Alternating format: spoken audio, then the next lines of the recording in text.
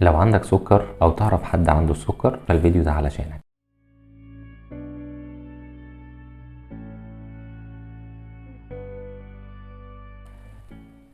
اهلا بيكم، انا دكتور محمد منصور، اخصائي الجراحة العامة والمناظير والاوعية الدموية والدوالي والقدم السكري. مرض السكر من اكتر الامراض اللي ممكن تأثر على صحة الانسان لو ما تمش السيطرة عليه، ومن اهم المضاعفات اللي بتصيب الانسان بسبب مرض السكر هي القدم السكري. ايه هي القدم السكري؟ هي مجموعة الاعراض اللي ممكن تصيب الاوعية الدموية او الاعصاب اللي موجودة في قدم مريض السكر. هنقسم الأعراض اللي بيشتكي منها مريض القدم السكري إلى جزئين. الجزء الأول وهي أعراض بتحصل نتيجة التهاب الأعصاب، والجزء الثاني هي أعراض بتحصل نتيجة قصور الشرايين اللي بيحصل بسبب عدم تظبيط السكر لفترة طويلة.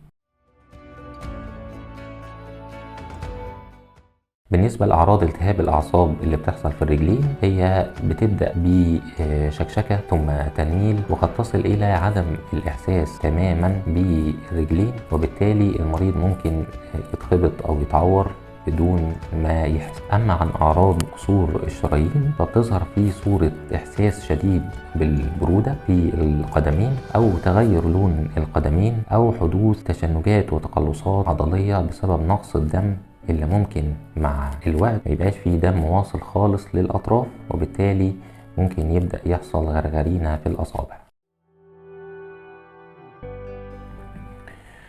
طيب إزاي بنعالج القدم السكري؟ بنحتاج نستخدم بعض الأدوية والعلاج التحفظي. أما في حالة إن قصور الدورة الدموية في الشرايين تحول إلى انسداد كامل الشريان، فبنحتاج إن احنا نعمل قسطرة طرفية لتوسيع الشريان المسدود باستخدام البالونات، وقد في بعض الأحيان نلجأ للجراحة. أما في حالة وجود قرح أو جروح في القدم فبيتم استعمال غيارات حديثة اللي بتساعد على تنظيف والتئام الجرح.